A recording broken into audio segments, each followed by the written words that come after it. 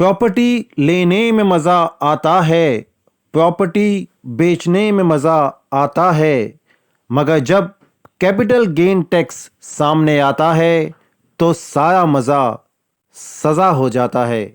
Good morning friends, welcome you all to my YouTube channel finance on fingers. Property India में investment का बहुत common tool है। Almost सभी लोग कभी ना कभी प्रॉपर्टी में इन्वेस्ट करते हैं।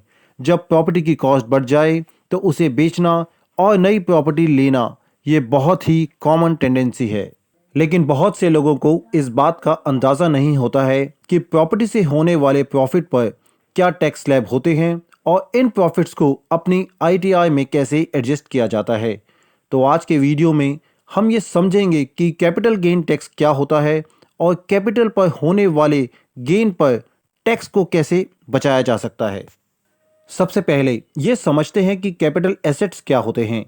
कोई भी land, building, house property, stocks, bonds, mutual funds, gold, patents, trademarks, vehicle, machinery etcetera, ये सब कैपिटल एसेट्स माने जाते हैं। इन कैपिटल एसेट्स के परचेज प्राइस और सेल प्राइस में जो भी डिफरेंस अमाउंट होता है उसे कैपिटल गेन कहते हैं।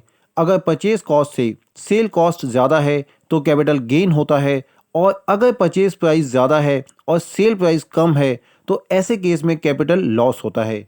जैसा कि आप सब जानते हैं कि इंडिया में किसी भी इनकम पे हमें इनकम टैक्स देना होता है और कैपिटल गेन पर देने वाले टैक्स को कैपिटल गेन टैक्स कहा जाता है।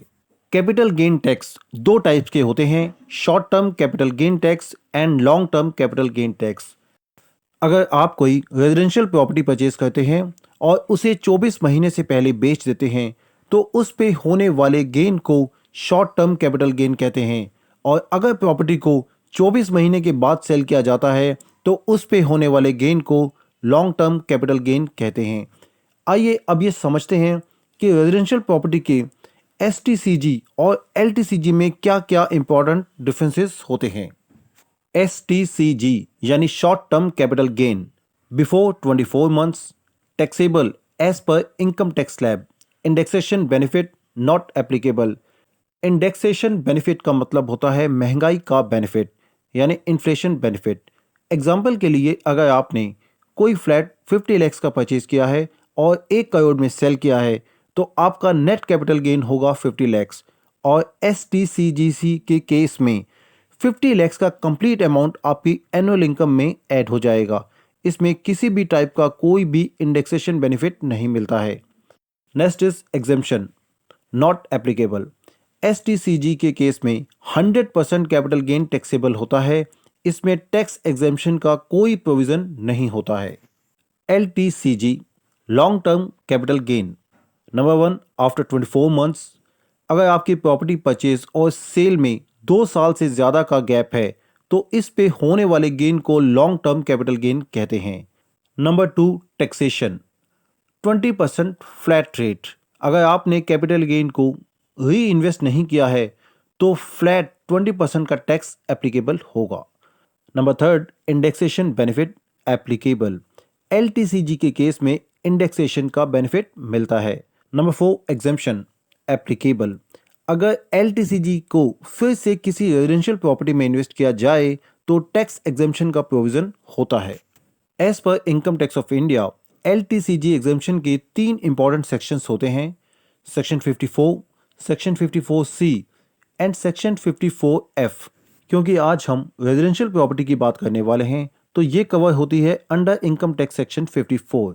अगर किसी प्रॉपर्टी को बेच के किसी भी टाइप का कोई भी कैपिटल गेन होता है और हम as a investor capital gain tax को बचाना चाहते हैं तो हमें सेक्शन 54 की गाइडलाइंस को फॉलो करना पड़ता है। आइए सेक्शन 54 को थोड़ा और डिटेल में समझते हैं। Number 1, who can claim, any individual, any HUF, Hindu undivided family. Number 2, eligible asset hold, residential house property. इसमें सिर्फ रेजिडेंशियल हाउस प्रॉपर्टी के अंडर ही long term capital gain tax को बचाया जा सकता है। सेक्शन 54 में सिर्फ कंस्ट्रक्टेड हाउस प्रॉपर्टी एलिजिबल होती है, इसमें प्लॉट इंक्लूड नहीं होता है। Next is time period, 1 year backward, 2 year forward. अगर आपने कोई रेजिडेंशियल प्रॉपर्टी को सेल किया है और आप उस प्रॉपर्टी से होने वाले गेन पर टैक्स को बचाना चाहते हैं तो ये कंपलसरी है कि आपने नई प्रॉपर्टी को या तो पुरानी प्रॉपर्टी के बेचने से 1 साल पहले लिया हो या पुरानी प्रॉपर्टी को बेचने के 2 साल के अंदर लिया जा सकता है। अगर आपने नई प्रॉपर्टी को पुरानी प्रॉपर्टी के बेचने के 2 साल के बाद लिया है तो आप कैपिटल गेन टैक्स एग्जेम्पशन के लिए एलिजिबल नहीं होंगे। अगर आप पुरानी प्रॉपर्टी को बेचने के बाद कोई प्लॉट लिया है और आप इस पर हाउस कंस्ट्रक्ट कर रहे हैं तो ये कंपलसरी है कि आप अपना हाउस कंस्ट्रक्शन 3 साल के अंदर कंप्लीट कर लें। अगर आपका कंस्ट्रक्शन 3 साल के बाद कंप्लीट होगा तो भी आप कैपिटल गेन टैक्स एग्जेम्पशन के लिए एलिजिबल नहीं होंगे। Next is capital gain amount. आपको टैक्स एग्जेम्पशन सिर्फ आपके कैपिटल गेन अमाउंट पे ही मिलता है, उससे ज़्यादा अमाउंट पे टैक्स एग्जेम्पशन नहीं मिलता है। एग्जाम्पल के लिए अगर आपने कोई फ्लैट 50 लाख में परचेज किया था और बाद में उसे 1 करोड़ का सेल किया है तो आपका नेट कैपिटल गेन होगा 50 लाख ओनली। और अगर आपने नई प्रॉपर्टी 80 लाख की परचेज की है तब भी आपका maximum capital gain exempt 50 lakh तक ही हो सकता है। Next is maximum capital gain amount under section 54। किसी भी रेजिडेंशियल प्रॉपर्टी को सेल करने के बाद maximum capital gain tax exemption सिर्फ 2 करोड़ का हो सकता है। अगर आपका कैपिटल गेन 5 करोड़ का है तो आपको मैक्सिमम 2 करोड़ तक ही टैक्स एग्जेम्पशन मिलेगा। बैलेंस 3 करोड़ पे आपको 20% फ्लैट के हिसाब से कैपिटल गेन टैक्स देना होगा। How many times you can take tax exemption? Once in a lifetime. Residential property में capital gain tax exempt life में सिर्फ एक बार ही मिलता है। How many properties you can buy? अगर आपको किसी रेजिडेंशियल प्रॉपर्टी को बेचकर गेन हुआ है तो आप मैक्सिमम 2 प्रॉपर्टीज में इन्वेस्ट कर सकते हैं और कैपिटल गेन टैक्स एग्जेम्पशन ले सकते हैं। हमारे एग्जांपल में कैपिटल गेन 50 लाख का है। अगर आपने इस 50 लाख को 3 प्रॉपर्टी में इन्वेस्ट किया है तो आपको सिर्फ 2 प्रॉपर्टीज की वैल्यू का ही एग्जेम्पशन मिलेगा। Next is only capital gain required to invest. Section 54 का ये सबसे अच्छा क्लॉज है। एज पर अंडर सेक्शन 54 आपको टोटल सेल प्रोसीड वैल्यू को इन्वेस्ट किए बिना भी कैपिटल गेन टैक्स मिल जाता है। जैसे हमारे एग्जांपल में हमने पुरानी प्रॉपर्टी को 1 करोड़ में सेल किया था और कैपिटल गेन 50 लाख का था। टैक्स एग्जेम्पशन के लिए नई प्रॉपर्टी में 1 करोड़ इन्वेस्ट करना कंपलसरी नहीं है। अगर सिर्फ 50 लाख भी इन्वेस्ट किया जाए तब भी आपको कैपिटल गेन टैक्स बेनिफिट मिलेगा। Now next is capital gain account. Capital gain tax benefit लेने के लिए सबसे इंपॉर्टेंट कंडीशन है। अक्सर लोग यहीं पे गलती करते हैं और कैपिटल गेन टैक्स बेनिफिट लेने में चूक जाते हैं। आपको पुरानी प्रॉपर्टी बेचकर जितना भी कैपिटल गेन हुआ होता है उसके लिए एक कैपिटल गेन अकाउंट ओपन करना पड़ता है और सारा कैपिटल गेन उसी अकाउंट में रखना होता है नई प्रॉपर्टी लेने तक। अगर आपने गलती से कैपिटल गेन अकाउंट ओपन नहीं किया है और अपना सारा पैसा अपने सेविंग या करंट अकाउंट में होल्ड किया है तो आप कैपिटल गेन टैक्स एग्जेम्पशन के लिए एलिजिबल नहीं होंगे। कैपिटल गेन अकाउंट मैक्सिमम सभी बैंक्स में ओपन होता है, चाहे पीएसयू बैंक्स हों या private sector banks. Capital gain tax exemption will be reverse. ये क्लॉज सेक्शन 54 का काफ़ी इंपॉर्टेंट क्लॉज है, इसे ध्यान से समझ लें।